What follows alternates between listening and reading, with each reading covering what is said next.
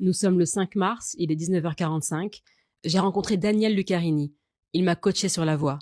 Pardon. En traduction française, il m'a entraîné à trouver ma voix. VOIX. Et avant qu'il prenne son train à Gare de Lyon, j'ai voulu mettre en lumière un homme sensible. Je vous laisse le rencontrer.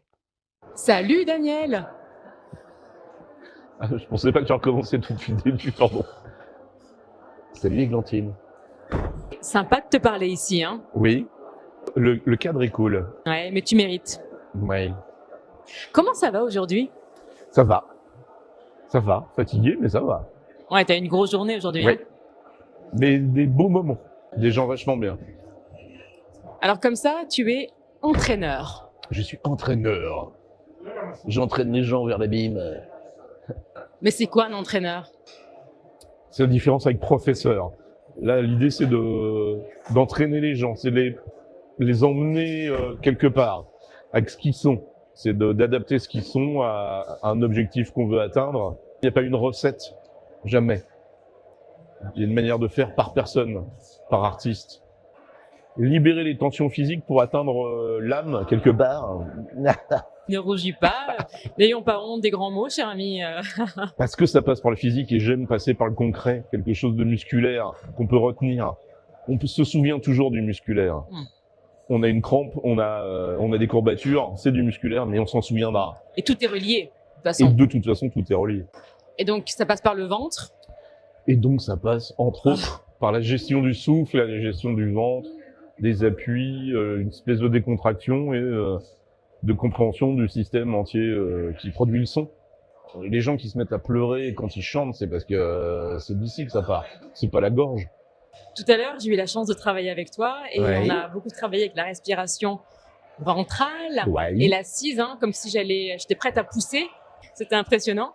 Et Poussez, madame, c'est un garçon. voilà. Alors, tu reçois au studio Luna Rossa, Oui. dans le 13e arrondissement Oui. à Paris. Alors, tu proposes un entraînement qui est personnalisé, qui est dédié à la comédie, à l'exploration scénique, au chant et à la voix. À la voix en général, à l'expression, d'où les intitulés de mes ateliers, les ateliers d'expression.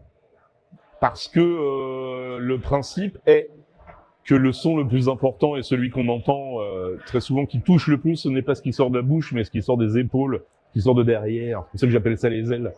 C'est ma prof, Luce Ferral, qui disait souvent, on faisait un exercice, et sort tes ailes, déploie tes ailes, c'était un peu le principe du truc. La résonance, c'est comme une contrebasse.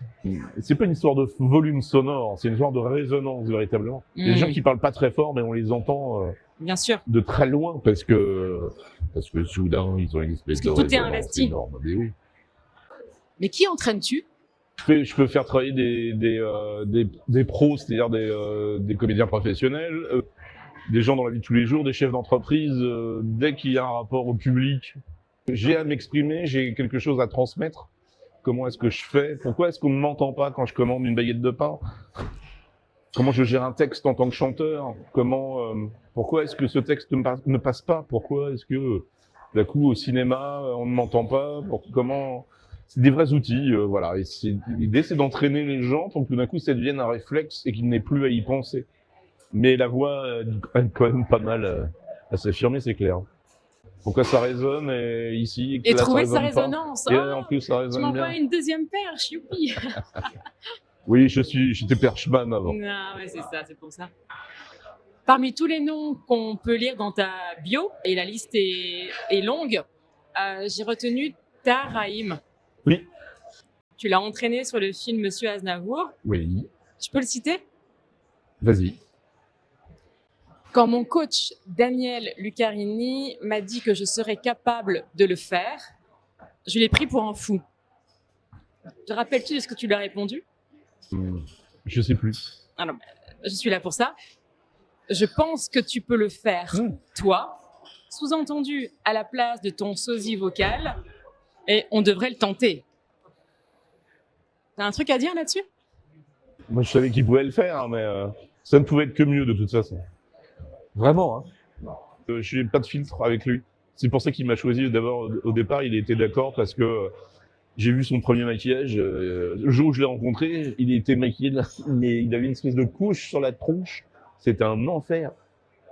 Et il me regarde, il me dit alors t'en penses quoi du maquillage? J'ai fait excuse-moi, mais je peux pas jouer à travers ça. Je peux rien transmettre. Donc ça l'a fait marrer. Et il m'a dit je t'ai choisi parce que tu me disais la vérité, quoi. Je savais que je pourrais t'écouter, que tu serais pas en train de me caresser dans le sens du poil. Là, c'est juste, en plus, on a une émotion à transmettre et l'émotion, bah, c'est ce comédien qui le fait.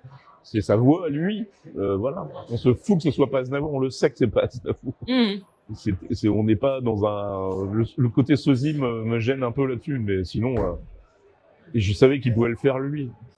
Ce que tu as pu faire avec lui est bluffant. Ouais, mais moi, je le conçois pas autrement. Donc, mon souci, il est là. C'est-à-dire que le sosie vocal, je l'ai vécu avec Jérémy Régnier, qui a fait un boulot de dingue aussi.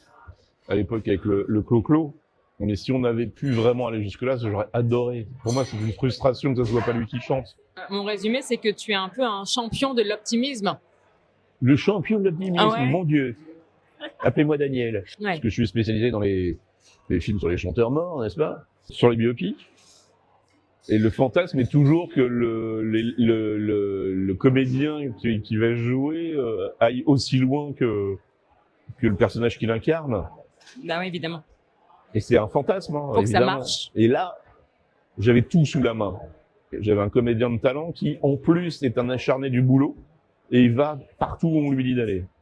Par contre, il faut savoir où on l'emmène. Ah, mais t'es cash. Ah, moi, je suis cash, oui. En tant que champion de l'optimisme, j'entends aussi que tu as même surpris les réalisateurs aussi. Ouais. Je croyais pas au début, hein. Bah, Je me dis, j'imagine. mais si, il va le faire. Laissez le temps.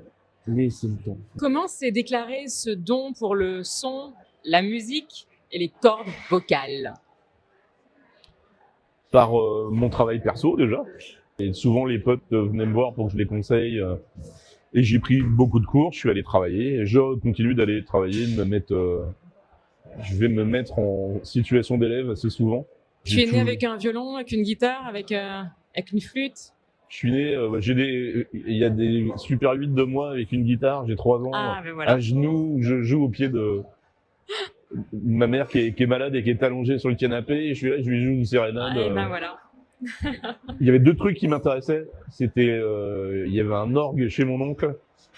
Et au théâtre ce soir, le mardi soir, je crois. C'était le seul truc que j'ai le droit de regarder tard le soir. C'est le théâtre et la musique.